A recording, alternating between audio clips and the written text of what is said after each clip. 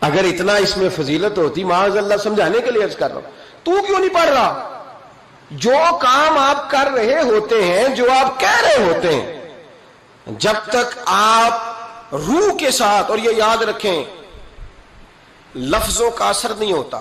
اقبال سے کہا کسی نے کہ یار میں بڑی تقریریں سنتا ہوں، فلانے کی بھی فلانے کی بھی فلانے کی بھی، سمجھ نہیں آتی، تو اقبال کہنے لگے جا کسی درد دل والے کے پاس جا کے بیٹھ، اور اس کے پاس جا کے بیٹھ جو تیرے سامنے لفظوں کا ہیر پھیر نہ کرے، بلکہ اپنے اندر کا درد نکال کے تیرے آگے رکھے، جملوں کی کمی بیشی نہ کرے، الفاظ کا اتار چڑھاؤ نہ کرے، نعرے لگانے کے لیے اور نوٹوں کی جو ہے وہ واٹ کے لیے بات نہ کرے، بلکہ وہ ہم تو جائز ناجائز بھی نہیں دیکھتے، چلتا رہتا ہے سارا کچھ ہی، جا۔ اور پھر اقبال نے ایک فقرہ کہا جو بڑا خوبصورت ہے، اقبال کہنے لگے بات جو دل سے نکلتی ہے اثر رکھتی، بات جو دل سے نکلتی ہے اثر، اور اگلا فقرہ اس سے بھی کمال کہا، کہنے لگے پر نہیں طاقت پرواز مگر رکھتی ہے، اس کے پر نہیں ہوتے، وہ اڑتی نہیں، پر کوئی نہیں ہوتے، لیکن اللہ تعالیٰ اسے سارے زمانے میں عام کر دیتا ہے، وہ پرواز کرنے لگ جاتی ہے، پورے زمانے میں وہ ان لوگوں کے خیالات پھیل جاتے ہیں، ان کے نظریات پھیل جاتے ہیں۔ تو یاد رکھیں بچوں کو ہم لیکچر دیتے ہیں 1.5 گھنٹے کا، 2 گھنٹے کا، اس لیکچر کی بچوں کو ضرورت نہیں ہوتی، بچوں کو بات کرنی چاہیے 1-2، اور اس بات میں وزن ہونا چاہیے، اور آپ سب سے پہلے وہ جو آپ کہہ رہے ہو اس کا سب سے پہلے آپ نمونہ ہو، وہ چیز بچہ آپ کے کردار میں، آپ کی طبیعت میں وہ دیکھ چکا ہو۔ قرآن مجید سورہ لقمان کی آیت نمبر 17 ہے، حضرت لقمان اپنے بیٹے کو نصیحت کر رہے ہیں، باپ بیٹے کو نصیحت کر رہا تھا، باپ اپنے بیٹے کو سمجھا رہا تھا۔ میرے رب کریم کو باپ بیٹے کا سٹائل اتنا پسند آیا کہ اسے قرآن پاک میں بیان فرما دی ہے۔ کبھی باپ بیٹے کی گفتگو بھی کسی نے نقل کی ہے، باپ بیٹے کی گفتگو بھی کبھی کسی نے کتاب میں نوٹ کی ہے، لیکن مالک کو اتنا پسند آیا یارو، باتیں باپ بیٹے کی تھیں، اللہ نے قرآن پاک میں نازل فرما دی۔ یار اتنا خوبصورت تھا باپ بیٹے کا انداز تکلم دیکھیے، باپ بیٹے سے کہتا یا بنیا، اے میرے بیٹے، اے میرے اللہ، انہیں کیا او ادھر آئے نا یا بنیا، اے میرے، دیکھیں لفظوں کا حسن، اے میرے بیٹے، اپنے حق میں قائل نہیں کیا کہ میں بوڑھا ہو گیا ہوں، بڑی محنت کی، اب تو پیسے کمایا کر، مجھے دیا کر، تجھے نہیں پتا ماں باپ کی۔ ہم سارا دیہڑی یہی ڈیوٹی کرتے ہیں، سارا دن یہی کام ہے کہ میری قدر کر، باقی سب ٹھیک ہے۔ حضرت سیدنا لقمان اپنے بیٹے کو کیا کہتے یا بنیا اقم الصلاۃ، اے میرے بیٹے نماز قائم کر، نماز قائم کر، نماز قائم کر۔ نماز قائم کرنے کا معنی یہ کہ ظاہری آداب کے ساتھ بھی پڑھ، باطنی آداب کے ساتھ بھی پڑھ۔ اور پھر حضرت لقمان بیٹے کو بٹھا کے آگوش محبت میں پیغام دیتے ہیں، کہتے ہیں نماز قائم کر، اور پھر یہ نہیں کہا کہ تو اپنی قبر صحیح کر، تجھے کیا لگے دوست تیرے پڑھتے ہیں کہ نہیں پڑھتے، یہ نہیں فرمایا، فرمایا اقیم الصلاۃ، نماز پڑھ، وامر بالمعروف وانہا عن المنکر، پھر تو لوگوں کو بھلائی کا حکم دے اور برائی سے منع کر۔ یہ باپ اپنے بیٹے کو نصیحت کر رہا ہے، اور پھر پتہ ہے جب کوئی بھلائی کا حکم دے برائی سے منع کرے تو اسے تکلیف بھی آتی ہے۔ پھر اپنے بیٹے کو کہنے لگے وَاصْبِرْ عَلَىٰ مَا أَصَابَكَ، اور اس رستے میں جب تیرے اوپر کوئی مصیبت آئے تو تو نے صبر بھی کرنا ہے، نیکی کا حکم دینے اور برائی سے منع کرنے کے رستے میں جب کوئی مصیبت آئے تو بیٹے تو نے اس پر۔ اور اب باپ اپنے بیٹے کو نصیحت کرتے ہیں، کہنے لگے بیٹے یہ تو ایسے نہ سمجھا کہ نماز پڑھنا کوئی عام کام ہے، ایسے ہی نہ سمجھنا کہ لوگوں کو بھلائی کا حکم دینا کوئی عام کام ہے، یہ عام کام نہیں، اِنَّ ذَلِكَ مِنْ عَزْمِ الْأُمُورِ، فرمایا یہ بڑے حوصلے والے کام ہے، یہ بڑے حوصلے والے، بڑے ہمت والے کام ہے جو میں تمہیں بتا رہا ہوں۔ باپ اپنے بیٹے کو یہ نصیحت کر رہا ہے۔ ملا جامی نے اس کو لکھا ہے، مولانا عبد الرحمن جامی کہتے ہیں سیدہ فاطمہ الزہرا کے پاس امام حسن اور حسین جب بھی جاتے تھے نا، بی بی صاحبہ یہ آیت پڑھ کے سناتی تھی، یہ آیت بی بی صاحبہ سناتی تھی کہ بیٹے نماز قائم رکھنی ہے، بھلائی کا حکم دینا ہے، برائی سے روکنا ہے، اور اس رستے میں جو مصیبت آئے گی اس پہ، اور ان ذالک من عزم الامور، بیٹے یہ معمولی کام نہیں، یہ بڑے عزم والے کام، یہ بڑے حوصلے والے۔ ماں جب ان لفظوں میں تربیت کرے، ماں جب کہے دیکھا نا میرے بھائی، ماں جب سچ کا درس دیتی ہے تو بچہ سچ ہی بولتا ہے. اور اگر اماں کہے کہ بیٹے میں بات کرنے لگی ہوں تیری دادی کو نہ پتا چلے، یہ پھپھی کے سامنے نہیں کرنی، بلکہ کئی دفعہ اماں کہے ابا آئے نا رات کو تو اس کو نہیں بتانا، اور پھر اماں ٹھیک 15 منٹ کے بعد کہ بیٹا ہمیشہ سچ ہی بولنا، تو سچ بولے گا. کیوں بولے؟ کیونکہ اس لیے کہ اماں نے اسے پہلے بتا دیا ہے کہ سچ یہ بات کرنی نہیں کسی سے، میں کر رہی ہوں پر تو نے کسی سے نہیں کرنی. تو آپ نے 3 لیکچر تو اس کو جھوٹ کے دے دیے. اب اگر آپ اسے کہیں سچ بول تو وہ بولے گا. آپ نے خود کہا کہ بیٹے یہ ٹیلی فون اٹھا، اس بندے کے پیسے دینے، اس فون سن، اس کو کہنا کہ میرے ابا جی فون گھر میں بھول گئے.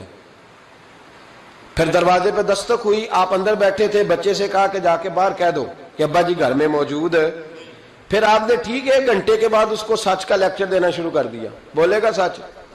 وہ بھی پھر جائے گا نا جب اپنے دوست کے گھر، تو ٹیلی فون ابا جی کا آئے گا تو دوست کو دے کے کہے گا ابا جی سے کہے کہ وہ ٹیلی فون میرے پاس بھول گیا ہے، کیونکہ یہ آپ نے پٹی پڑھائی ہوئی ہے. یاد رکھیں، گھر کے اندر جب تک آپ کا کردار، آپ کا اخلاص، آپ کا درد. حضرت غوث پاک جیلانی پیر بعد میں بنے، عالم بعد میں، اگرچہ پیدائشی ولی تھے، لیکن غوث اعظم کہتے ہیں میں نے سبق استاد کے پاس بعد میں پڑھا. میں نے حضرت ابو سعید مخزومی کے ہاتھ پر بیعت بعد میں ہوا، خلافت بعد میں ملی، سارا کچھ بعد میں ہوا. پہلے دن جب گھر سے نکلا، ابا جی میرے وصال کر گئے تھے، کہتے ہیں میری ماں نے، سید زادی نے مجھے گود میں لیا اور میرا ماتھا چوم کے کہنے لگی عبد القادر ایک وعدہ میرے ساتھ کر، زندگی میں تیری زبان سے جھوٹ نہیں نکلنا چاہیے، تیری زبان سے جھوٹ ہے. اور غوث پاک فرماتے ہیں جب میری ماں میرے ساتھ یہ بات کر رہی تھی تو میری ماں رو رہی تھی، رو رہی تھی. کبھی رو کے بھی کسی نے نصیحت کی ہے بچوں کو؟ حضرت غوث اعظم رضی اللہ تعالیٰ عنہ فرماتے ہیں مجھ پر میری ماں کی بات طاری ہو گئی، طاری ہو گئی میری ماں کی بات. وہ میری ماں نے آنسوؤں کے اندر لپیٹ کر جو مجھے تحفہ دیا تھا نا سچ کا، وہ میرے ذہن پر، دل پر، روح پر چھا گیا. اور ڈاکو جب لوٹنے آئے تو 100 دینار کپڑوں میں سلا ہوا تھا. وہ کبھی کسی نے ڈاکوؤں کو بھی بتایا کہ پیسے ہیں تو لے لو؟ یہاں تو شریعت بھی بڑی ساری گنجائش دیتی ہے کہ بچاؤ اپنا مال. لیکن غوث اعظم رضی اللہ تعالیٰ عنہ فرماتے ہیں ماں نے مجھے آنسوؤں میں لپیٹ کر دیا تھا، لپیٹ کر کے سچ بولنا ہے.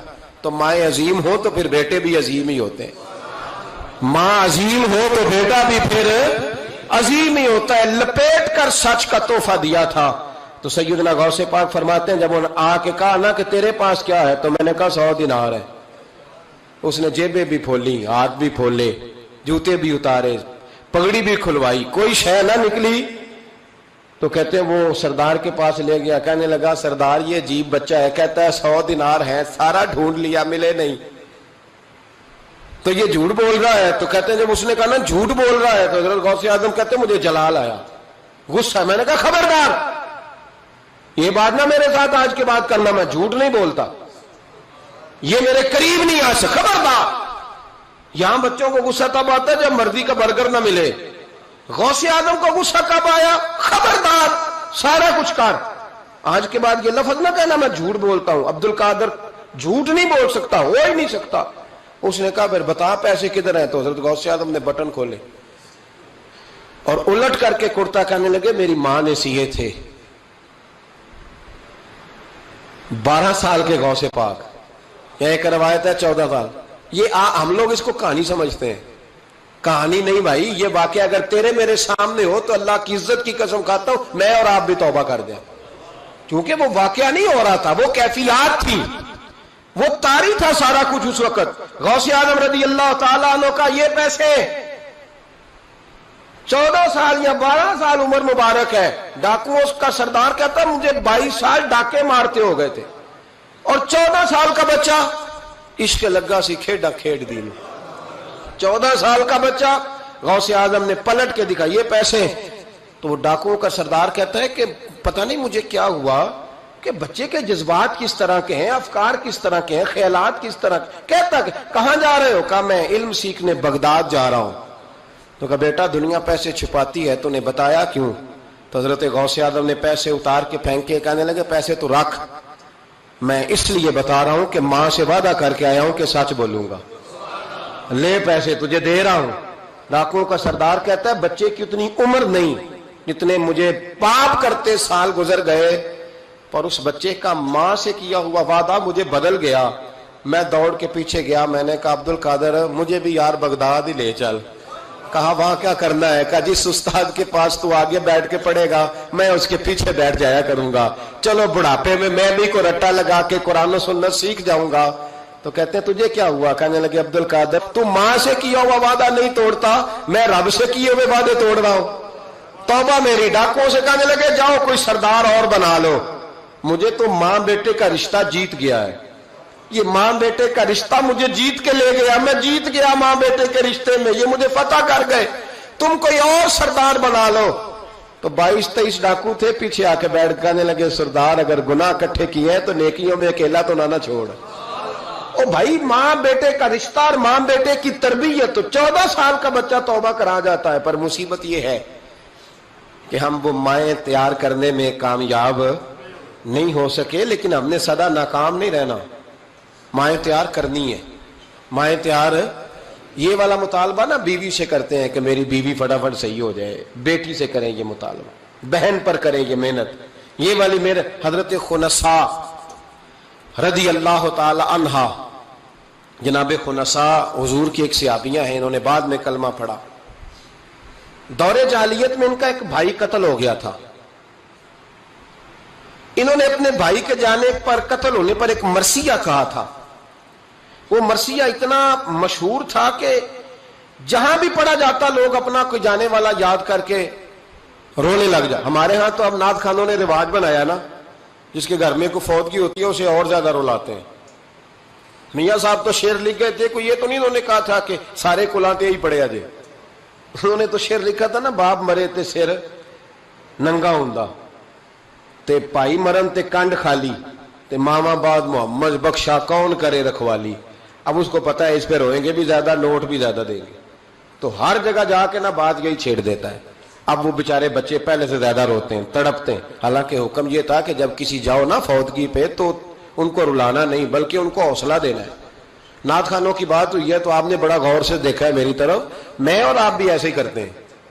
وہ جائیں گے نا تو پوچھیں گے یہ بچہ اس کا، یہ جو فوت ہو اس کا یہ بچہ، او ہو بیچارہ دیکھو نا چھوٹا سا تھا، ماں چلی گئی، بڑا مشکل ہے یتیموں کے لیے۔ تو یتیم چارہ نفسیاتی مریض بن جاتا ہے، وہ کہتا ہے بالکل چاچا صحیح کہہ رہا ہے، یتیموں کے بڑے برے حال ہوتے ہیں۔ اس طرح کر کے ہم نفسیات کمزور کرتے ہیں بچوں کی، حالانکہ بتانا چاہیے بیٹے فکر نہ کر، میرے نبی پاک بھی تو یتیم ہی پیدا ہوئے تھے نا، تو سارے یتیموں پر حضور کا سایہ ہے۔ بجائے حوصلے دینے کے ہم اور کمزور کرتے ہیں، اور زیادہ کمزور کرتے ہیں، اور زیادہ لوگوں کو تکلیف دیتے ہیں۔ تو قصیدہ جناب خنسا رضی اللہ تعالیٰ عنہ کا بڑا مشہور تھا، عربی قصیدہ لکھا تھا انہوں نے۔ کسی کے ہاں بھی کوئی انتقال کر جاتا تو ان کا وہ عربی قصیدہ پڑھا جاتا، اور جب وہ قصیدہ پڑھا جاتا تو لوگ دھاڑے مار مار کے روتے، دھاڑے مار مار۔ حالانکہ رونا رلانا اتنا اہم کام نہیں جتنا کسی کے دل کو تسلی دے دینا اہم کام ہے، جتنا کسی کی اشک شوئی، اشک آنسو نکالنا تو جرم ہے، آنسو پوچھنا ثواب ہے۔ یہاں لوگ رلانے کی ڈیوٹی کرتے ہیں، آنسو پوچھنے کی ڈیوٹی نہیں کرتے۔ حضرت جناب سیدنا خنسا رضی اللہ تعالی عنہ، آپ کا وہ قصیدہ پڑھا جاتا لوگ دھاڑے مار مار کے روتے۔ یہ وہی خنسا تھیں کہ جنگ احد سے کچھ مہینے پہلے کلمہ پڑھ کے مسلمان ہو گئی۔ یہ وہ بی بی مشہور شاعرہ جن کا قصیدہ رونے رلانے کے لیے پڑھا جاتا ہے۔ ان کے 4 بیٹے جوان تھے۔ احد کے لیے جب رسول رحمت صلی اللہ علیہ وسلم نے اعلان کیا نا، فوجی آئے، مائیں بہنیں بچے تیار کریں بھیجیں، تو ان کی سہیلیاں کہنے لگی کلمہ تو پڑھ گئی ہے، تیرے بچے بھی پڑھ گئے ہیں، پر تیرا سب کو پتا تیرے بچے کوئی نہیں جائیں گے، اس لیے کہ ایک بھائی کے جانے پر تو نے قصیدہ لکھا ہے تو آج تک پڑھا جا رہا ہے، تو 4 بچے کیسے تیرا نہیں جاتا؟ جناب خنسا چوپ ہیں۔ جب جنگ احد کے لیے سپاہی اور مجاہد نکلنے لگے تو 4 بیٹے لے کے چوک میں آ گئی۔ وہ بی بی جس کا رونا دھونا مشہور تھا، وہ اپنے بچوں کو چوک میں کھڑا کر کے آتی، ادھر دیکھو، قسم ہے مجھے اللہ کی عزت کی، میں نے تمہارے باپ کے ساتھ، یہ ماں لیکچر دے رہی ہے اور چوک میں دے رہی ہے تاکہ دنیا کو پتہ چل جائے۔ جناب خنسا کا خطبہ مدینے کے چوک میں، کہنے لگی مجھے اللہ کی عزت کی قسم، میں نے جاہلیت کے زمانے میں بھی تمہارے باپ کے بستر کو کبھی ناپاک نہیں کیا، کبھی ناپاک نہیں کیا. میں نے طیب اور طاہر بچے پیدا کیے اور میں نے تمہیں اپنے سینے سے اپنے وجود کی خوراک تمہیں دی, دودھ پلایا. میرے بچوں سارا زمانہ جانتا ہے کہ میں کسی کی جدائی نہیں سہ سکتی. میرا بھائی گیا تھا تو میرا قصیدہ ضرب المثل بن گیا, دنیا پڑھتی ہے, پر اب سنو, اب میں مسلمان ہوں, اب میں رسول پاک کا کلمہ پڑھتی ہوں. یاد رکھنا جب میدان میں تیر چلے نا اور تلواریں چمکے اور نیزے برسے تو سب سے پہلے زخم میرے بچوں کو آنے چاہیے. بچوں کی تربیت ماں کر رہی ہے, پہلا زخم تمہیں لگے اور پھر کہنے لگی اگر میرا دودھ پیے نا تو پھر یاد رکھنا کوئی ایک تیر بھی تمہاری پشت پہ نہیں ہونا چاہیے. جتنے بھی کھانا سینے پہ کھا کے آنا. کوئی مجھے یہ نہ کہے تیرے بچے بھاگ گئے تھے اور پشت پہ انہوں نے تلواریں کھائی اور زخم کھائے اور لوگ, خبردار سینے پہ تیر کھانا, خبردار جرت کا مظاہرہ کرنا. یہ خطبہ دے کے جناب خنسا اندر چلی گئیں. لوگ کہتے ہیں حیران رہ گئے. مزے کی بات یہ تھی پھر بھی بیویاں کہنے لگی خطبہ تو دے دیا ہے, دعا کرو اس کا کوئی بچہ شہید نہ ہو جائے. بڑے سخت قصیدے لکھتی ہے, شہید نہ ہو جائے, دعا کرو. لیکن اللہ بڑا ہی بے نیاز ہے, ان کے چاروں بچے شہید ہو گئے. چاروں 18 زخم تھے بچوں کے پر, تھے سارے سینے پہ. 18 گھاؤ تھے تلواروں کے پر, سارے سینے پہ. میرے محبوب احد سے واپس آئے. او بھائی 4 بیٹے جس ماں کے چلے گئے, اس ماں کو تسلی کون دے؟ جناب خنسا آ کے کھڑی ہوئی تو صحابہ کہتے ہیں ہمارا خیال تھا کوئی درد والا شعر پڑے گی, رلا دے گی دنیا کو, لیکن میرے حبیب پاک نظر اٹھائی. کا خنسا تجھے پتا ہوگا تیرے 4 بیٹے شہید ہو گئے. کہنے لگی حضور یہی تو دکھ ہے. جب کہنا یہی دکھ ہے تو کان کھڑے ہو گئے لوگوں, حضور یہی تو دکھ ہے, یہی تو پریشانی ہے. محبوب نے فرمایا کیا پریشانی ہے؟ کہنے لگی حضور یہی تو پریشانی ہے, میرے 4 تھے, دل کرتا ہے میرے 14 ہوتے. حضور یہی تو دکھ ہے, 4 تھے, دل کرتا ہے 400 ہوتا. 4 کروں تیرے نام پہ جان فدا, نہ بس ایک جان 2 جہاں فدا. سونیا میرا 2 جہاں سے بھی نہیں جی بھرا, میں کروں کیا کروڑوں جہاں نہیں. کا حضور 4 تھے. اور پھر مسجد نبی آج بھی اس ماں کی جرت کی گواہ ہے کہ ماں پوچھنے لگی سونیا میں یہ نہیں پوچھنے آئی کہ میرا کوئی بچہ ہے کہ نہیں, یہ پوچھنے آئی ہوں کہ میرے بیٹوں نے کوئی پشت پہ زخم تو نہیں کھایا. حضور کوئی پشت پہ زخم تو نہیں کھایا میرے بچوں نے, کوئی پشت پہ زخم. تو رسول پاک نے فرمایا خنسا تیری جرت کو اللہ قبول فرمائے, تیرے بچوں نے جتنے بھی زخم کھائے ہیں سینوں پہ کھائے. میں نے کہا مائیں عظیم ہوں تو بچے بھی عظیم ہوتے ہیں, اور اگر ماں کسی کے سائے کا اندھیرا دیکھ کے ڈر جائے تو بچوں میں جرت کیسے آئے گی؟ بچے کربلا کے میدان میں کیسے جائیں گے؟ بچے کس طرح میدانوں میں کئی دفعہ کہہ چکا ہوں لیکن پھر آج میرا دل کرتا ہے پھر بات کروں. حضرت عبداللہ بن زبیر حضرت ابو بکر صدیق کے نواسے ہیں, نبی پاک صلی اللہ علیہ وسلم کی پھپھی کے پوتے جناب زبیر بن عوام اشرم مبشرہ صحابی, ان کے بیٹے حضرت اسماء جناب صدیق اکبر کی بڑی بیٹی کے بیٹے جناب عبداللہ بن زبیر امام حسین کے بعد نکل آئے میدان میں نکلے جناب عبداللہ بن زبیر. حجاج بن یوسف مقابلے میں بھیجا گیا. اللہ کی قدرت کے اگرچہ پہلے جب لڑائیاں ہوئی تو یہ کامیاب ہوئے ہر میدان میں, بڑے بہادر تھے. مکے اور مدینے کے لوگوں نے ان کے ہاتھ پر بیعت بھی کر لی, انہیں خلیفہ بھی مان لیا. لیکن حجاج بن یوسف جب آیا تو وہ تگڑی فوج لے کے آیا. کچھ ان کے ساتھی شہید ہو گئے, کچھ پسپا ہو گئے. حضرت اسماء اس وقت 100 سال کی بوڑھی تھی, 100 سال کی ماں, ہاتھ کامتے ہیں, راشا ہے, آنکھوں سے نظر آنا بند ہو گیا. جناب عبداللہ بن زبیر ماں کے پاس دوڑے آئے, کہا ماں میں اکیلا میدان میں رہ گیا ہوں, چند ساتھی ہیں, زیادہ دیر لڑ نہیں سکتے, تیرے بڑھاپے کی بڑی فکر ہے. اماں تو کیسے میرا صدمہ برداشت کرے گی؟ ماں مجھے بتا جہاد میں رہوں یا تیری خدمت کے لیے آ جاؤں؟ تو ماں کہنے لگی عبداللہ تو میری فکر نہ کر, پہلے یہ بتا تو حق پہ ہے کہ نہیں. ماں کا جملہ کہتے رانائی اور ولولہ اور جہاد کا جذبہ لکھا, پہلے بتا سچا ہے کہ جھوٹا. جناب عبداللہ بن زبیر کہنے لگے ماں مجھے مصطفیٰ کریم کی نبوت کی قسم, اللہ کی عزت کی قسم, بالکل سچا ہوں. تو کہا بیٹے پھر میدان میں رہنا, چھوڑ کے نہ آنا. کوئی مجھے تانا نہ دے کہ میں بزدل کی ماں ہوں, دیکھ مجھے تانے سے بچانا. کوئی یہ نہ کہ بزدل کی ماں, میدان میں رہنا, میدان میں. تو حضرت عبداللہ بن زبیر کہنے لگے اماں یہ بڑا ظالم آدمی ہے جو میرے مقابلے میں آیا ہے، سنا ہے قتل کرنے کے بعد ناک کاٹ ڈالتا ہے، آنکھیں نکال ڈالتا ہے، وجود کی بوٹیاں کر دیتا ہے۔ 100 سال کی ماں، 100 سال کی ماں لاٹھی کا سہارا لے کے کھڑی ہوگی اور زمین پہ لاٹھی مار کے کہنے لگی عبداللہ چل میدان میں۔ بیٹے بکرے کو صرف ذبح ہوتے وقت تکلیف ہوتی ہے، کھال اترتے وقت تکلیف نہیں ہوتی، پھر اس کی بوٹیاں کی جائیں تو اسے تکلیف۔ چل بیٹا میدان میں رہنا اور دیکھنا میں تجھے سلوٹ کروں گی۔ حضرت عبداللہ بن زبیر میدان میں گئے، شہید کیے گئے۔ مکہ المکرمہ کے چوک میں جنت المعلا جہاں آج قبرستان ہے اس کے چوک میں آپ کی لاش کو لٹکایا گیا۔ میں پہلے بھی بات کر چکا ہوں، آج عنوان آ گیا تو اشارہ کرنا ہے۔ ایک دن حضرت اسماء گزری، 14 دن ہو گئے لٹکے ہوئے، تو ایک شخص ان کے کان میں کہنے لگا اماں ابھی تک تیرا بچہ لٹکا ہے، حجاج نے دفن نہیں ہونے دیا۔ تو جناب اسماء نے پیچھے آواز دی اور اس زور سے بول کے کہنے لگی لٹکا رہنے دو، یہ بچپن سے ہی گھوڑ سواری کا بڑا شوقین ہے، بچپن سے ہی گھوڑوں پہ رہتا تھا۔ شاہ سوار گھوڑوں پہ رہتے ہیں، شاہ سوار زمین پہ نہیں ہوتے، گھوڑوں پہ ہوتے۔ لٹکا بچپن سے ہی بڑا گھوڑ سوار تھا، بڑا شوقین تھا، کوئی حرج نہیں۔ 14 دن لٹکے رہے لیکن لاش سے بدبو نہیں آئی، دور دور تک خوشبوئیں پھیلی ہوئی تھی۔ لوگوں نے کہا اسماء تیرے بیٹے کے وجود سے خوشبو بڑی آتی ہے۔ کہنے لگے جب پیدا ہوا تھا نا پہلے دن اس کے نانا ابو بکر صدیق اٹھا کے مصطفیٰ کی بارگاہ میں لے گئے تھے، نبی پاک نے کھجور چبا کے گٹی دی تھی میرے بیٹے کو۔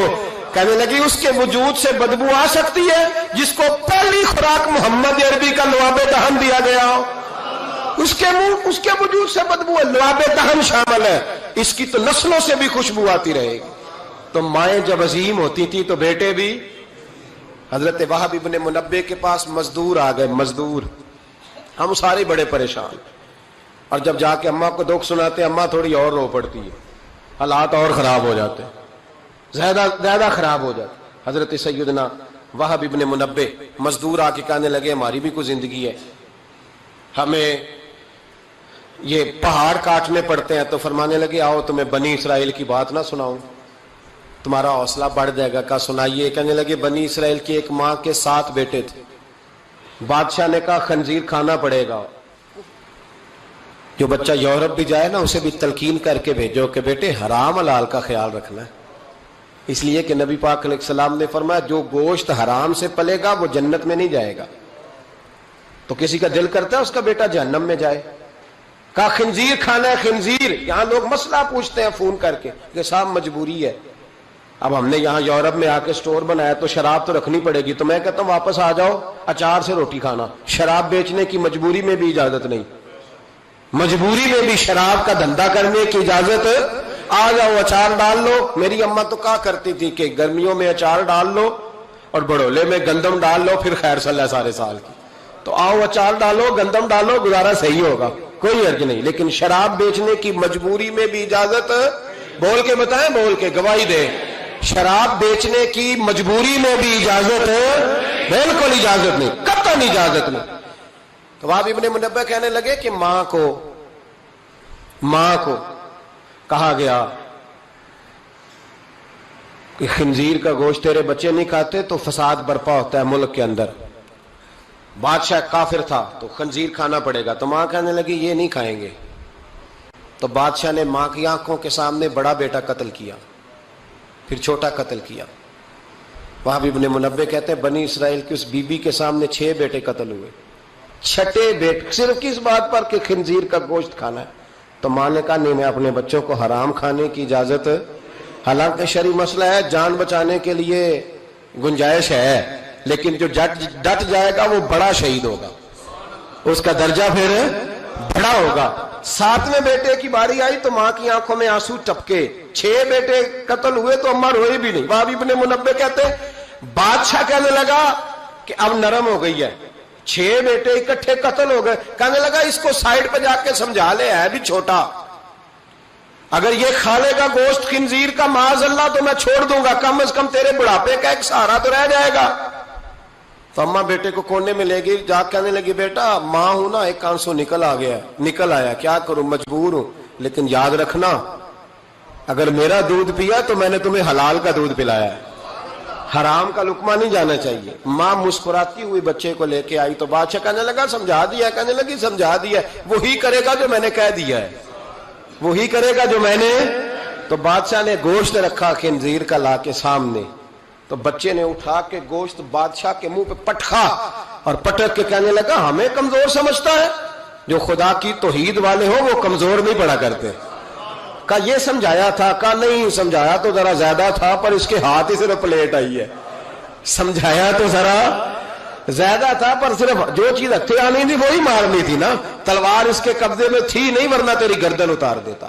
تو حضرت وہب ابن منبہ فرمانے لگے ماں بھی شہید ہو گئی اور ساتواں بیٹا بھی شہید ہو گیا، لیکن کہتے ہیں وہ ساتوں نے جب جان دی تو پھر فوجیں آئیں، پھر انقلاب آیا، پھر وہ جو بادشاہ لوگوں کو خنزیر کھلایا کرتا تھا وہ قتل ہوا، پھر بنی اسرائیل میں انقلاب آیا۔ او بھائی اگر امام علی مقام رضی اللہ تعالیٰ عنہ کی اماں انہیں تیار نہ کرتی، یہ دیکھیں نا، میں اپنی بات نہیں کرتا، علامہ اقبال کہتے ہیں لوگ، اقبال کہتے ہیں فارسی کلام اقبال کا اسرار بے خودی، اقبال کہنے لگے میرے پاس لوگ آ کے کہتے ہیں حسین کے خون میں بڑا کمال ہے، تو میں کہتا ہوں نہیں، فاطمہ کے دودھ میں بڑی تاثیر ہے۔ کہتے ہیں لوگ مجھ سے آ کے کہنے لگے کہ حسین کا حوصلہ بڑا ہے، تو میں نے کہا نہیں، فاطمہ رضی اللہ تعالیٰ عنہ کی تربیت ہی بڑی شاندار ہے، بڑی شاندار تربیت ہے۔ ماں فاطمہ ہو اور بیٹے حسن اور حسین نہ ہو تو یہ کیسے ہو سکتا ہے؟ یہ دلیری ہے، یہ ہمت ماں کی دی ہوئی، ماں کا دیا ہوا حوصلہ جو میدان کربلا میں لا کے کھڑا کیا۔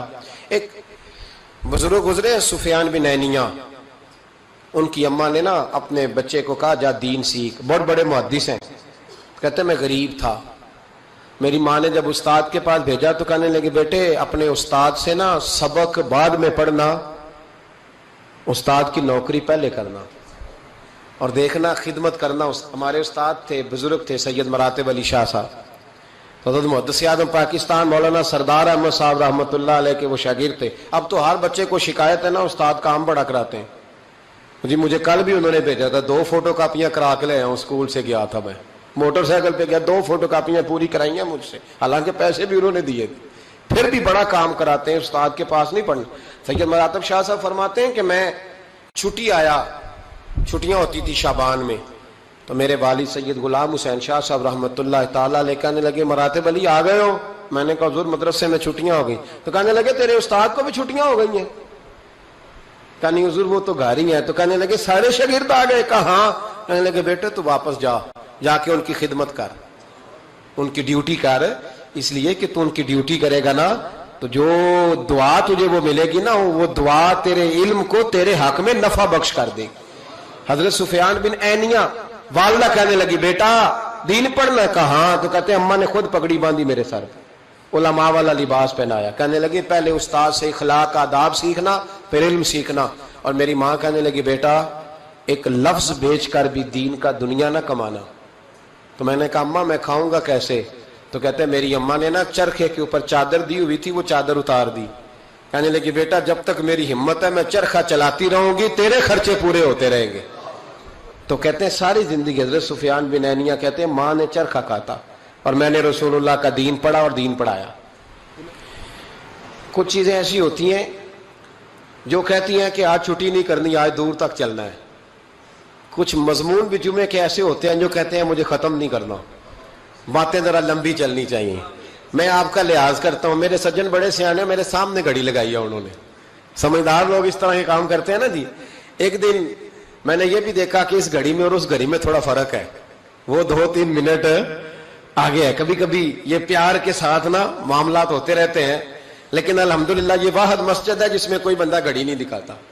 میرے خیال میں شاید یہ اور بھی ہوں گی، کوئی بندہ یہاں گھڑی نہیں دکھاتا الحمدللہ، بلکہ مجھ سے شکوہ ہی ہوتا ہے لوگوں کا کہ آپ جلدی چھٹی کر دیتے ہیں، تھوڑا زیادہ چلنا چاہیے۔ لیکن کچھ مضمون ایسے ہوتے ہیں میرا دل کرتا ہے لمبے چلیں، آپ یقین کریں میرا دل کرتا ہے، ایسے لگ رہا ہوتا ہے جیسے میں اپنی بات کر رہا ہوں، ایسے لگ رہا ہوتا ہے جیسے یہ ایسی کہانی ہے جو دل کرتا ہے دور تک چلے، لیکن میں نہیں لمبا لے کے جاؤں گا، میں چیزوں کو سمجھتا ہوں، وقت میں رہوں گا۔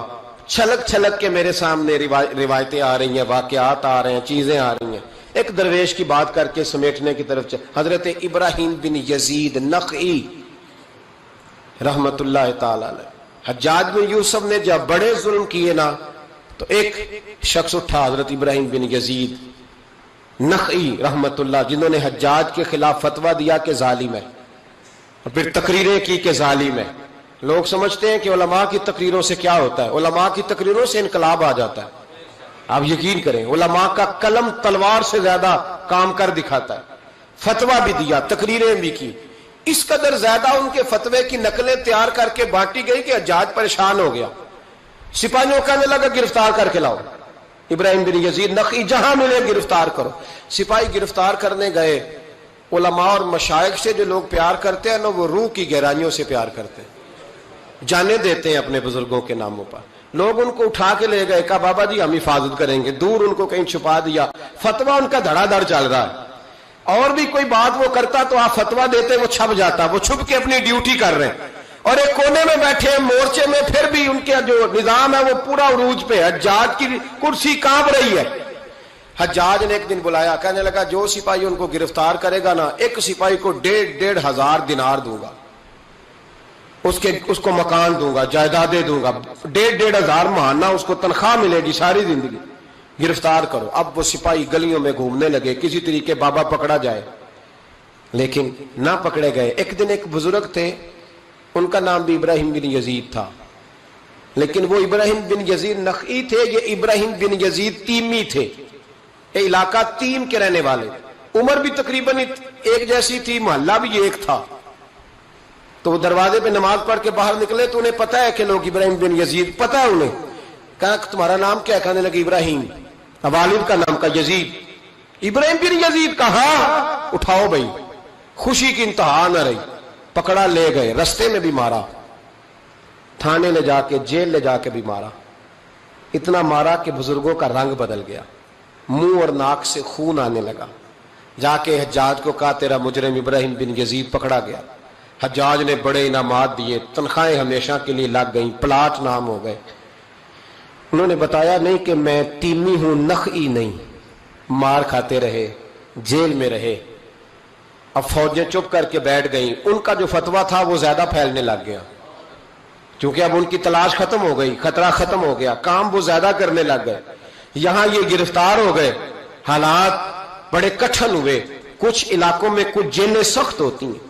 حجاج بن یوسف نے دماس نام کی جیل بنائی ہوئی، اس جیل میں جناب ابراہیم بن یزید تیمی کو ڈال دیا۔ آپ کی عمر 60 سال تھی، ماں کی عمر 90 سال تھی۔ ماں بیٹا ڈھونڈنے لگی، ڈھونڈتے ڈھونڈتے ڈھونڈتے ڈھونڈتے کسی نے بتایا کہ وہ ابراہیم نخعی کے دھوکے میں تیرے بیٹے کو لے گئے۔ ماں جیل پہنچی، بیٹا ماں سے جب ملا تو بیٹا قدموں میں گرا، چہرہ دیکھ کے ماں کا کلیجہ پھٹ آیا، اتنے زخم میرے بیٹے کے وجود پر۔ کہا بیٹا، انہیں بتایا کیوں نہیں کہ تو تیمی ہے، نخعی نہیں، بتایا کیوں نہیں؟ تو جناب ابراہیم تیمی نے ماں کے منہ پہ ہاتھ رکھا، اماں چپ کر جا، میں ایک جاہل آدمی ہوں، میرے وجود سے امت کا فائدہ کوئی نہیں، وہ رسول اللہ کے دین کا چمکتا ہوا چراغ ہے۔ اماں ان کی وجہ سے کتنے سینے روشن ہیں، کتنے دلوں میں ایمان کی تازگی ہے، کتنی آنکھوں میں رسول اللہ کی محبت کا نور ہے۔ اماں ابراہیم بن یزید نخعی کی وجہ سے ظالم کانپ رہے ہیں، ڈر رہے ہیں، اور مظلوم اٹھتے ہیں کہ ہمارا بھی کوئی ہے نام لینے والا۔ اماں نہ، میری وجہ سے اگر وہ بچ سکتے ہیں تو میں کئی جانے دینے کو تیار ہوں، مہربانی کر اماں، تو نے نہیں کہنا، تو نے کسی کو بتانا نہیں۔ ماں کہنے لگی بیٹا تو نبی پاک کے دین کے غلام پر جان دینے لگا؟ کہا ہاں۔ اماں کہنے لگی پھر میں کسی کو بتاؤں گی نہیں، بلکہ میں تیرے حوصلے کی دعا مانگوں گی۔ اور ماں کہنے لگی بیٹا اگر قیامت کے دن اللہ نے مجھ سے پوچھا نا کہ تیرے بیٹے نے تیرے حق ادا کیے کہ نہیں کیے، تو میں کہوں گی مالک میں اپنے بیٹے سے بڑی راضی ہوں، اور اللہ میرے بیٹے کو بغیر حساب کتاب جنت دے، میں تیرے لیے دعائیں مانگوں۔ ماں تسلی دے کے بیٹے کو گھر آ گئی۔ حضرت ابراہیم تیمی کو اتنا مارا کہ 3 دن کے بعد جیل میں شہید ہو گئے۔ جب وہ شہید ہوئے، حجاج بن یوسف رات کو خواب دیکھتا ہے کہ آج تیری سلطنت میں کوئی جنتی فوت ہو گیا، جنتی فوت ہو گیا، جنتی انتے۔ حجاج نے پورے ملک میں پتہ کرایا تو کہا ایک ہی بندہ فوت ہوا ہے جو جیل میں تھا۔ تو حجاج آئے وہاں، جس وقت حجاج وہاں پہنچا نا، سرانے آ کے میت کے کھڑا ہوا، اسی وقت ایک تازہ فتویٰ آیا کیونکہ حضرت ابراہیم نخعی کو نہیں خبر تھی کہ میری جگہ پہ وہ بندہ شہید ہو. تازہ فتویٰ آیا کہ سنا ہے آج صبح ایک اور بندہ اس کے تشدد سے قتل ہو گیا, مسلمانوں پہ ضروری ہے اس ظالم کے خلاف اٹھے. جب فتویٰ پڑھا تو نیچے دستخط تھے. ابراہیم بن یزید نخعی کہنے لگا ظالم ہو, یہ تو خواب میں دیکھے جنتی بہت ہو گیا, تو یہ اگر ابراہیم نخعی نہیں تو یہ فتویٰ کس کا آیا ہے؟ تو لوگوں نے کہا حضور پہلے بھی ہمیں کسی نے بتایا تھا یہ تیمی ہے نخعی نہیں, یہ بولے نہیں ان کے نام پہ جان دے گئے. کہنے لگا پھر پکڑو ابراہیم نخعی کو. تو حضرت سعید بن جبیر پیچھے کھڑے تھے, کندھے پہ ہاتھ رکھ کہنے لگے حجاج بس کر بس کر, اب ان کے پیچھے فوجیں نہ دوڑانا, جن کے نام پر جان دینے والے جنتی ہیں اس بزرگ کی اپنی شان کتنی ہوگی, اس کے حصے پہ جو جان دے گیا جب اس کے لیے تجھے جنتی کی خواب آئی ہے. حضرت ابراہیم بن یزید نخعی ان کے بعد ایک عرصے تک زندہ رہے. تو آپ جب ہاتھ اٹھاتے تھے دعا پتہ کیا کرتے تھے؟ کہتے تھے یا اللہ ابراہیم تیمی کی ماں پہ رحم فرما, ابراہیم تیمی کی ماں پہ رحم فرما. تو لوگ کہتے حضور جان بیٹے نے دی اور دعا ماں کے لیے. فرمانے لگے جان بیٹے نے دیا پر حوصلہ اس کی اماں نے دیا ہے. جان بیٹے نے دی ہے پر اسے جان دینے کے لیے دعا اس کی مائیں عظیم ہوں تو بیٹے بھی بیٹیوں کی تربیت کریں.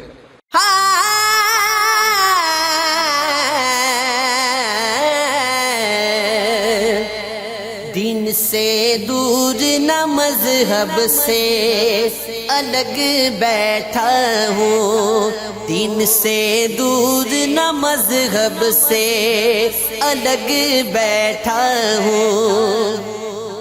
تیری دہلیز پہ تیری دہلیز پہ ہوں سب سے الگ بیٹھا